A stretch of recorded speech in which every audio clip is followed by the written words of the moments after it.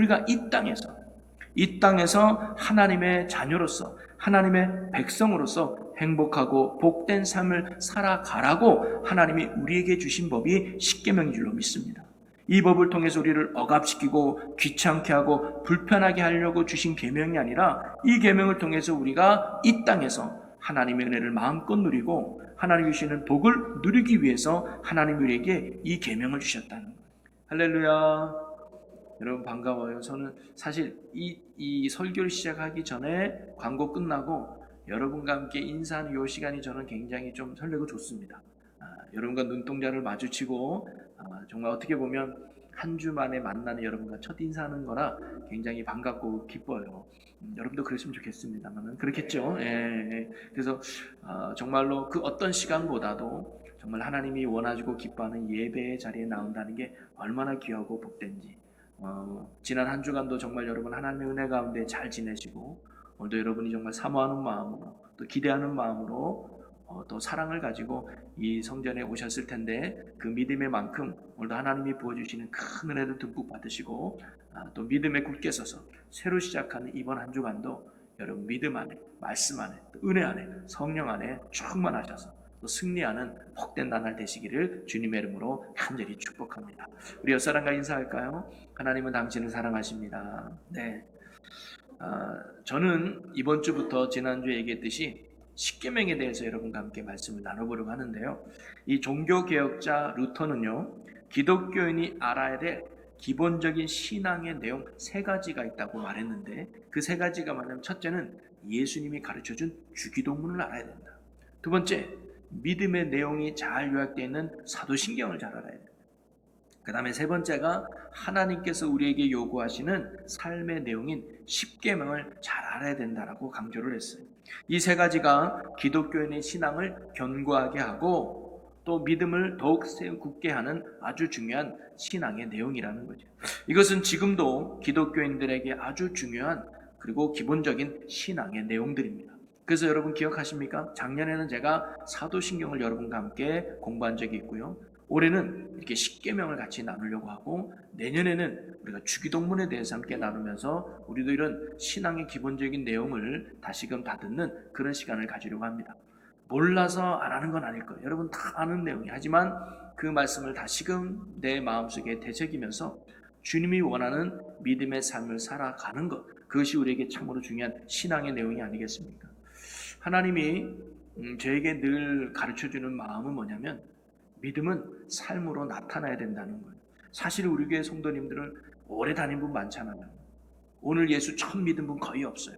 근데 주님이 우리에게 원하는 건 예수 믿고 구원받은 그 현상이 아니라 구원받은 자로서의 삶을 온전히 살아가기를 하나님이 오늘날 우리에게 원하는 것 같아요. 그래서 이 말씀을 통해서 내가 믿음이 무엇인지를 다시금 점검하고 또 믿음으로 그에 합당한 삶이 무엇인지를 우리가 말씀을 통해 배우면서 오늘날 저와 여러분이 구원받은 자로서 또 예수님이 십자가에서 죽으심이 헛되지 않은 그에 합당한 삶을 살아내는 하나님의 거룩한 백성이 오늘 우리 모두가 되기를 주님의 이름으로 간절히 축복합니다. 그래서 오늘부터 약 한 11주간은 우리가 십계명에 대해서 한번 나눠보려고 해요. 여러분 십계명이란 무엇일까요? 원어로는 10가지 낱말이라는 히브리 말로 된 어떻게 보면 이스라엘 백성에게 주신 하나님의 10가지 규범입니다. 애굽에서 종노릇하는 이스라엘 백성을 구원해 내셔서 광야에서 모세를 통해서 시내산에서 이스라엘 백성들이 앞으로 지켜야 될 하나님의 계명을 주신 게 바로 이 십계명이죠. 그래서 이 십계명의 내용은요, 오늘 우리가 이건 출애굽기 20장에도 나오지만 신명기 5장에도 동일한 반복돼서 나옵니다. 그럼 하나님이 말씀을 2번 주셨느냐? 그건 아니에요. 출애굽기 20장에 준 이 말씀을 신명기 5장에서는 모세가 다시 한번 반복해서 대상이 달라요. 출애굽기 20장은 1세대들입니다. 애굽 땅에서 곧 나온 어른들. 근데 신명기 5장은 40년이 지난 후에 2세대 백성들. 즉 하나님의 말씀을 직접 들어보지 못한 그들에게 다시금 모세가 얘들아 우리가 가나안 땅에 들어가면 이런 말씀을 지켜야 되라고 2세대에게 주는 다시 한번 반복되는 말씀이 신명기 5장에 나오는 십계명의 말씀이거든요. 자, 그러면서 하나님이 이렇게 십계명을 모세에게 주면서 2 돌판에다가 하나님이 직접 말씀을 새겨서 주셨어요. 자, 출애굽기 31장 18절에 보면 여호와께서 시내 산 위에서 모세에게 이르시기를 마치신 때에 증거판 둘을 모세에게 주시니 이는 돌판이요 하나님이 친히 쓰신 것이더라. 여러분 영화나 이런 데 보면 모세가 이렇게 그 돌판 2개 같은 거 갖고 있잖아요. 그런 것처럼 직접 하나님이 글을 쓰셔서 그 돌판에다가 새겨서 하나님이 말씀을 주셨어요. 그래서 돌판을 2개 해서 십계명도 크게 2가지로 나눠 볼 수 있습니다. 그래서 십계명 내용을 보면 여러분 잘 아시겠지만 1계명부터 4계명까지 자, 다 외우셨죠? 외우셨지만 얘기 안 해도 돼요. 앞에 다 써 있으니까 같이. 그래서 4계명이 뭡니까? 첫째는 나 외에 다른 신을 두지 말라. 그리고 두 번째는 우상을 만들지 말라. 세 번째는 여호와의 이름을 망령되이 일컫지 말라. 그리고 네 번째는 안식일을 지켜라. 그래서 이 4가지는요 하나님과의 지켜야 될 그런 계명이에요. 그래서 이것을 대신 계명이라고 합니다. 그 다음에 두 번째로 5계명부터 10계명까지는 사람들 간에 지켜야 될 계명들이죠. 그래서 내 부모를 공경하라, 살인하지 말라, 간음하지 말라, 도둑질하지 말라, 내 이웃을 위하여 거짓 증언하지 말라, 그리고 내 이웃에 있는 모든 것을 탐내지 말라 하면서 사람들 간에 지켜야 할 계명을 하나님이 가르쳐 주셨습니다. 그래서 이것을 대인 계명이라고 말하죠. 그래서 하나님과의 계명은 교리적 계명이라고 말합니다. 그래서 이거는 수직적인 계명이죠. 그리고 사람들 간의 계명은 윤리적 계명이라고 볼 수 있어요. 그래서 이거는 수평적 계명이라고 말할 수 있는데요. 사실 하나님과의 관계 위에 사람과의 관계가 온전히 세워져야 그리스도인으로서의 올바른 삶을 살아갈 수 있다는 것을 보여주는 거예요.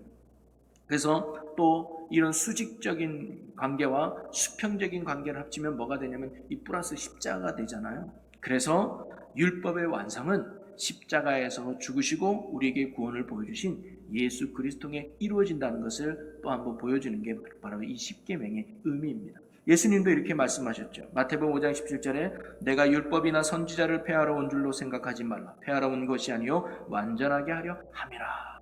오직 예수 그리스도를 통해서 우리는 이 십계명을 온전히 이룰 수 있다는 거죠. 자, 그런데 이 십계명을 단순히 율법으로 보면서 사람들에게 나타나는 2가지의 잘못된 견해가 있는데요. 극과 극이에요. 하나는 뭐냐면 십계명을 과거에 이스라엘 백성에게 준 율법으로만 생각해서 무시하거나 가소평가하는 사람들이 있습니다. 오늘날 어떤 사람들은 우리는 은혜의 시대를 살고 있다. 믿음의 시대를 살고 있다.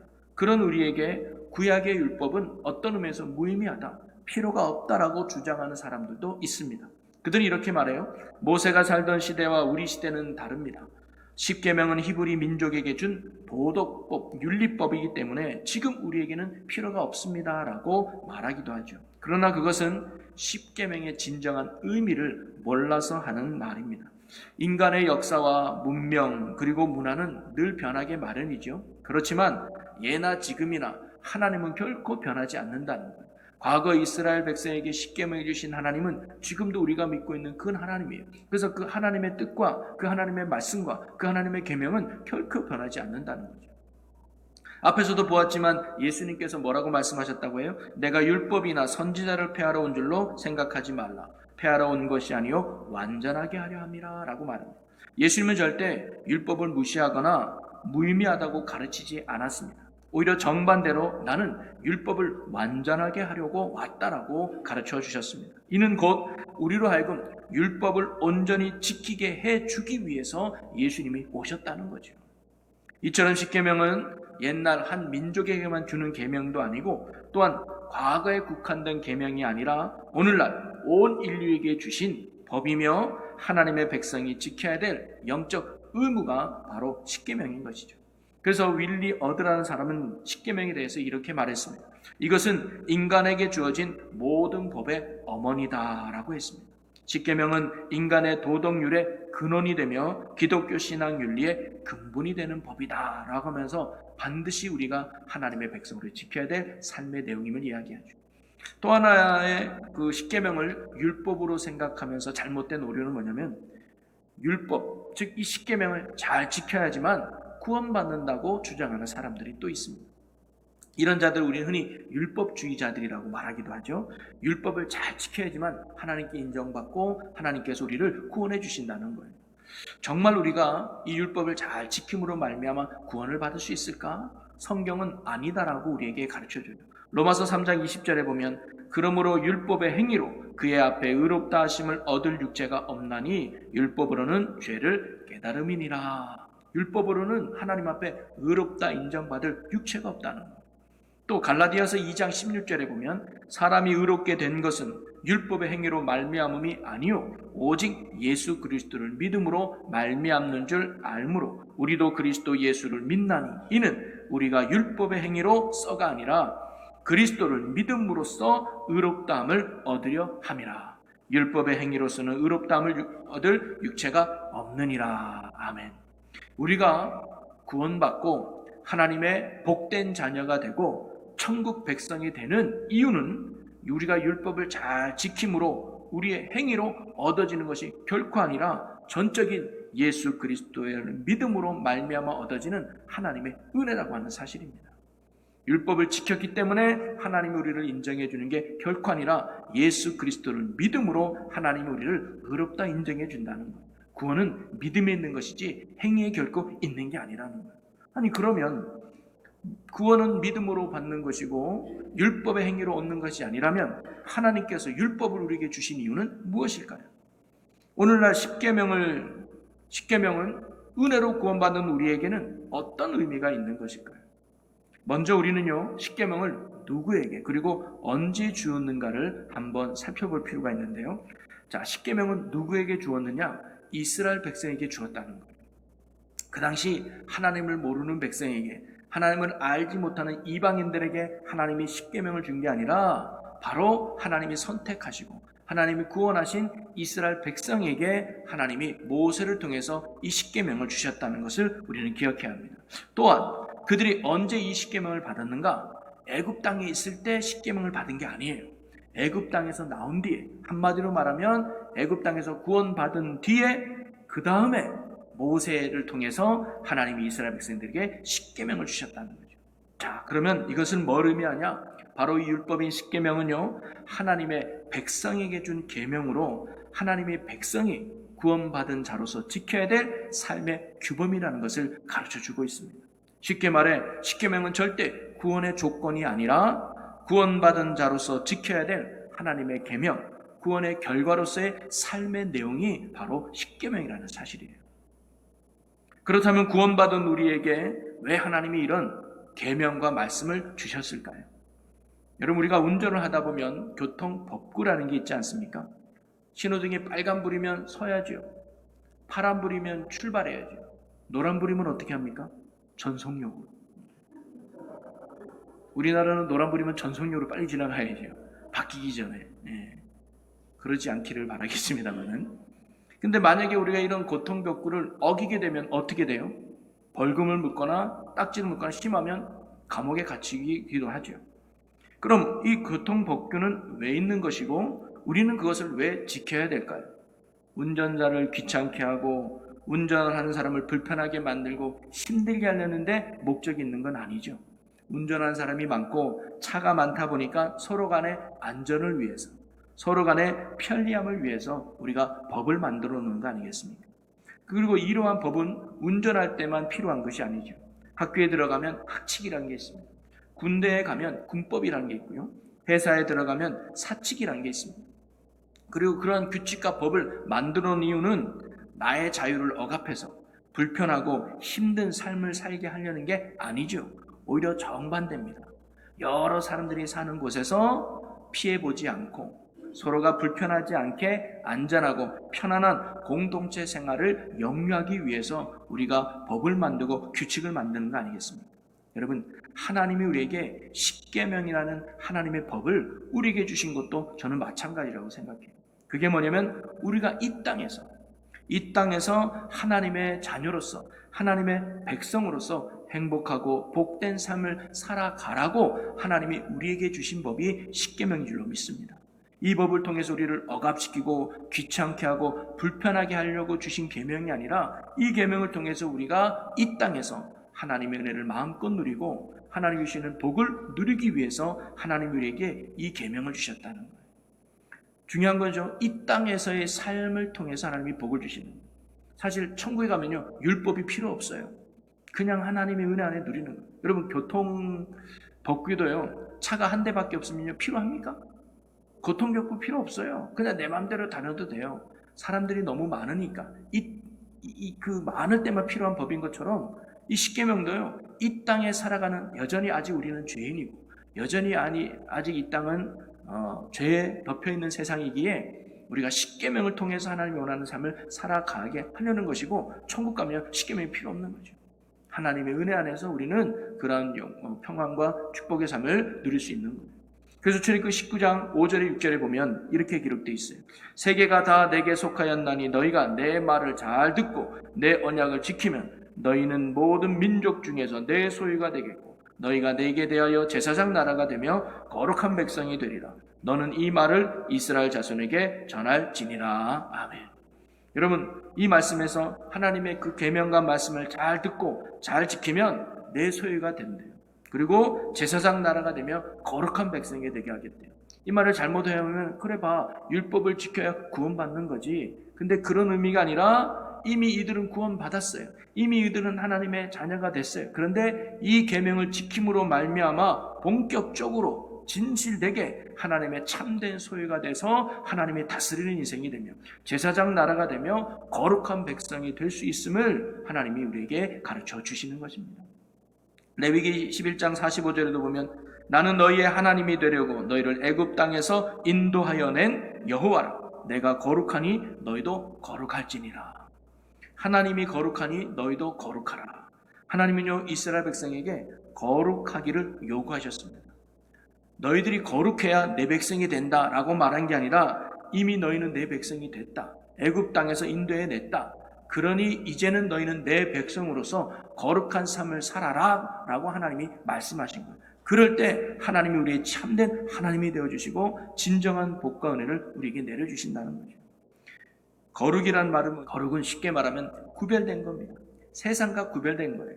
그래서 우리의 삶이 세상 사람들과 당시 이스라엘이라면 주변 이방국들과는 다르게 오늘날이라면 오늘날 하나님을 믿지 않는 사람들과는 구별된 삶을 저와 여러분은 살아가야 된다는 거예요. 그들과는 다른 가치관으로, 그들과는 다른 삶의 기준으로 살아감으로, 그래서 하나님이 다스리는 민족, 하나님이 함께하는 사람의 삶이 어떠한가를 세상 사람들에게 보여준다는 거죠. 그래서 그들을 통해서 우리 가운데 역사하시는 하나님을 보여주고 그들이 하나님께로 인도할 수 있는 제사장 나라가 되게 하겠다는 거예요. 그래서 그들을 통해 하나님의 존재를 증거하는 축복의 통로로 하나님이 이 계명을 지킴으로 만들어 주신다는 거죠. 바로 그러한 구별된 삶의 기준이 뭐냐? 바로 십계명이라는 사실입니다. 그리고 그 십계명의 정신은 지금도 유효한 거예요. 의식법은 좀 달라져도 십계명에 갇혀있는 정신은 지금도 유효하다는 거예요. 자, 그러면서 저는 십계명을 우리에게 주신 구체적인 이유 세 가지를 오늘 마지막으로 여러분과 함께 나눠보려고 하는데요. 첫째는 뭐냐면 하나님께서 사람에게 요구하시는 완전한 표준을 알게 하시기 위해서 십계명을 우리에게 주셨다는 거예요. 자, 출애굽기 20장 1절 2절 말씀을 함께 읽어보겠습니다. 하나님이 이 모든 말씀으로 말씀하여 이르시되 나는 너를 애굽 땅 종 되었던 집에서 인도하여 낸 내 하나님 여호와니라. 이 출애굽기 20장은 십계명의 말씀을 주시는 장면인데 하나님께서 십계명을 이스라엘 백성이 주시기 전에 먼저 하신 말씀이 바로 이 말씀이거든요. 나는 너를 애굽 땅 종 됐던 땅에서 인도해는 내 하나님 여호와니라. 이 말씀을 하신 후에 너희는 이런 계명을 지켜라 라고 말씀하신 거거든요. 하나님께서 먼저 이런 말씀을 하신 이유는 무엇일까요? 바로 이스라엘 백성과 하나님과의 관계가 무엇인지를 바로 깨달으라는 거예요. 이스라엘 백성은 어떤 존재이며 하나님이 그들에게 어떤 분인가를 분명히 알고 있으라는 거예요. 그게 뭐예요? 하나님이 구원자라는 거죠. 우리를 구원해내. 그래서 우리가 믿고 의지하고 따를 만왕의 왕이 바로 하나님이라는 사실을 먼저 알라는 겁니다. 그러면서 하나님이 이렇게 말씀하시는 것 같아요. 자, 이스라엘이 이제 내 백성이야.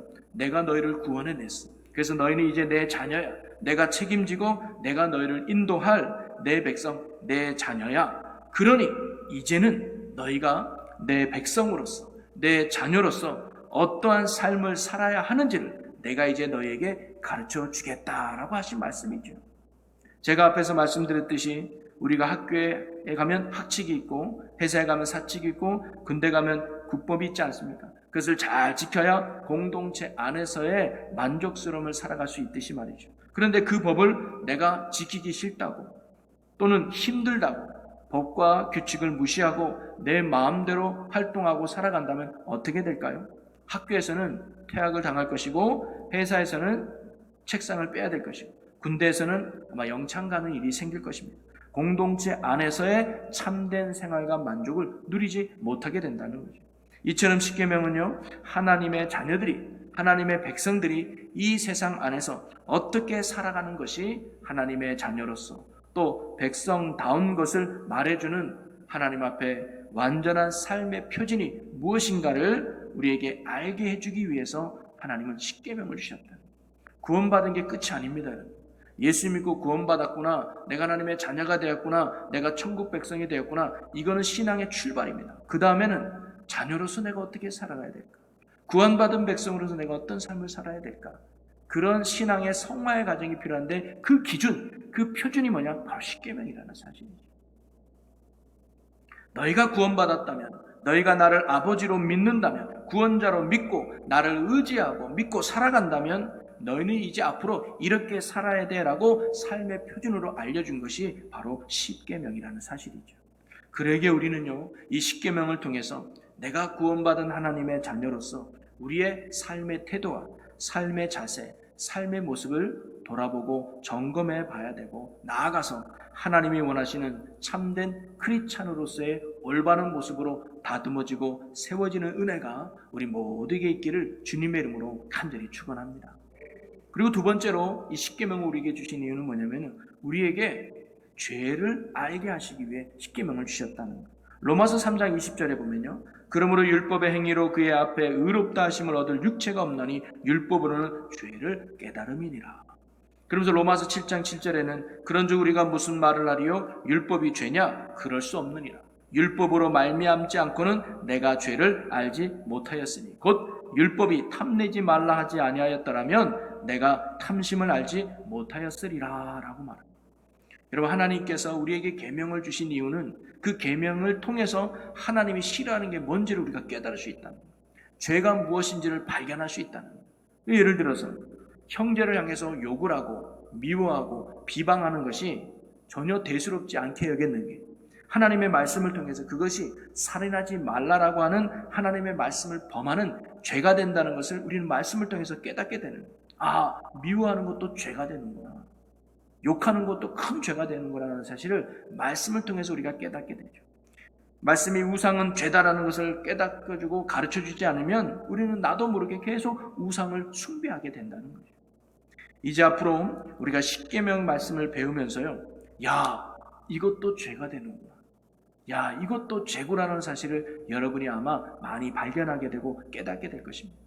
십계명은 바로 무엇이 하나님 앞에 죄가 되는지를 깨닫게 해주면서 내가 하나님 앞에 얼마나 연약하고 얼마나 부족한 자리를 철저하게 보여주는 말씀이 바로 십계명이라는 거예요. 하나님은 그걸 깨닫게 하기 위해서 우리에게 계명을 주셨다는 거죠. 그리고 마지막 세 번째로는요, 바로 우리의 힘으로는 하나님이 원하시는 이러한 온전한 삶을 살아갈 수 없고, 그래서 더욱 하나님을 의지하게 만들려고 주신 계명이 바로 십계명입니다. 십계명은요, 하나님이 원하시는 삶의 표준이 무엇인지를 알게 해준다고 했잖아요.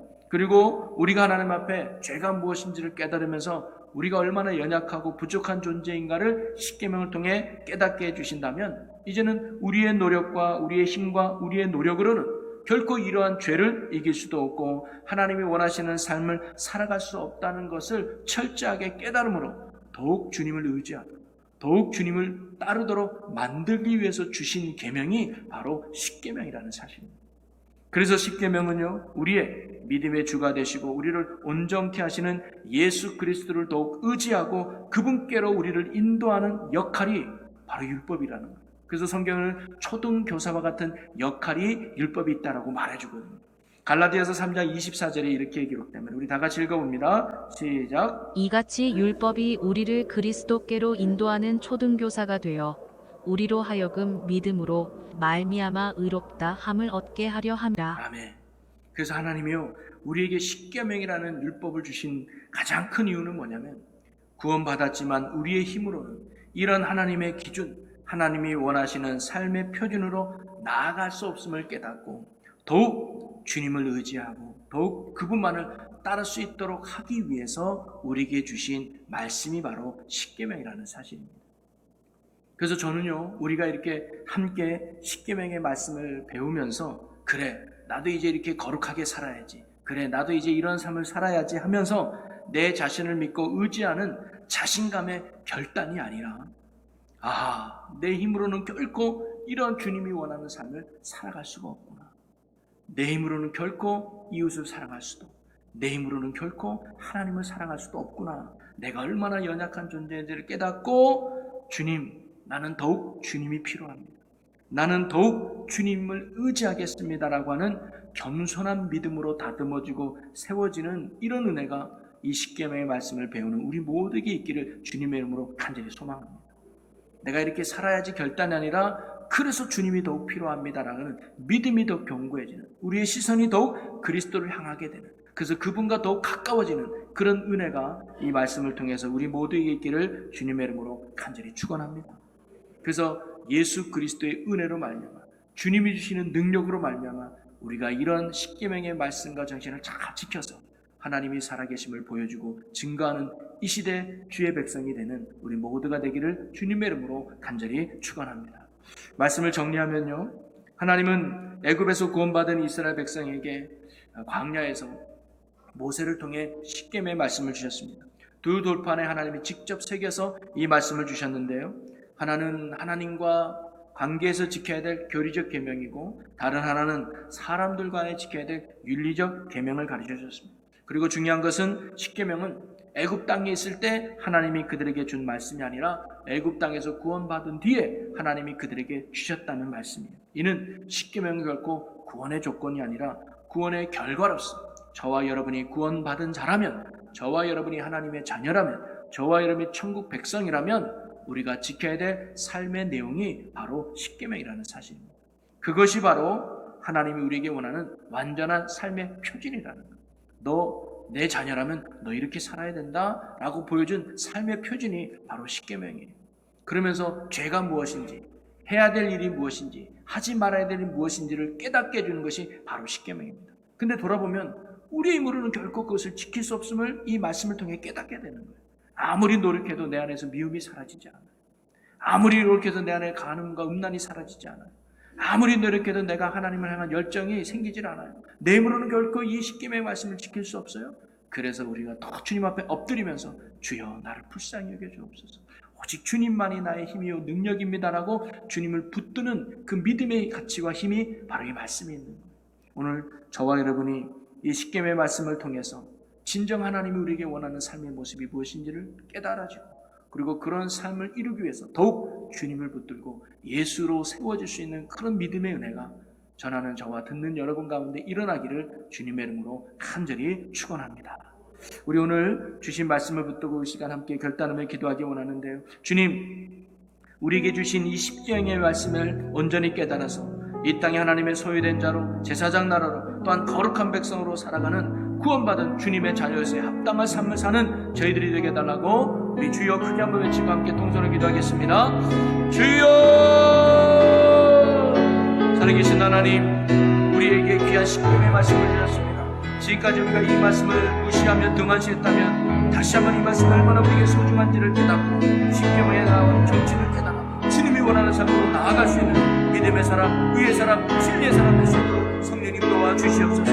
우리에게 십계명을 주신 그 의를, 그 목적을 바로 깨닫고 하나님이 원하는 모습으로 나누고 세워지는 하나님의 귀한 백성들, 자녀들 되게 하여 주옵소서. 구원받은 걸로 머물고 있는 고 끝나는 것이 아니라 구원에 합당한 삶을 살아가며 나를 위해 십자가 지신 그 주님의 죽으시면 되지 않는 그 영광된 삶을 살아가는 하나님의 귀한 백성들, 자녀들 되게 하여 주시옵소서. 주께서 붙드시고 있으심을 바랍니다. 성령님 함께 주시고 주여 도와주시고 역사하여 주시옵소서. 함께 하시는 걸 찬양합니다. 주님 주관하시고 인도해 주시옵소서.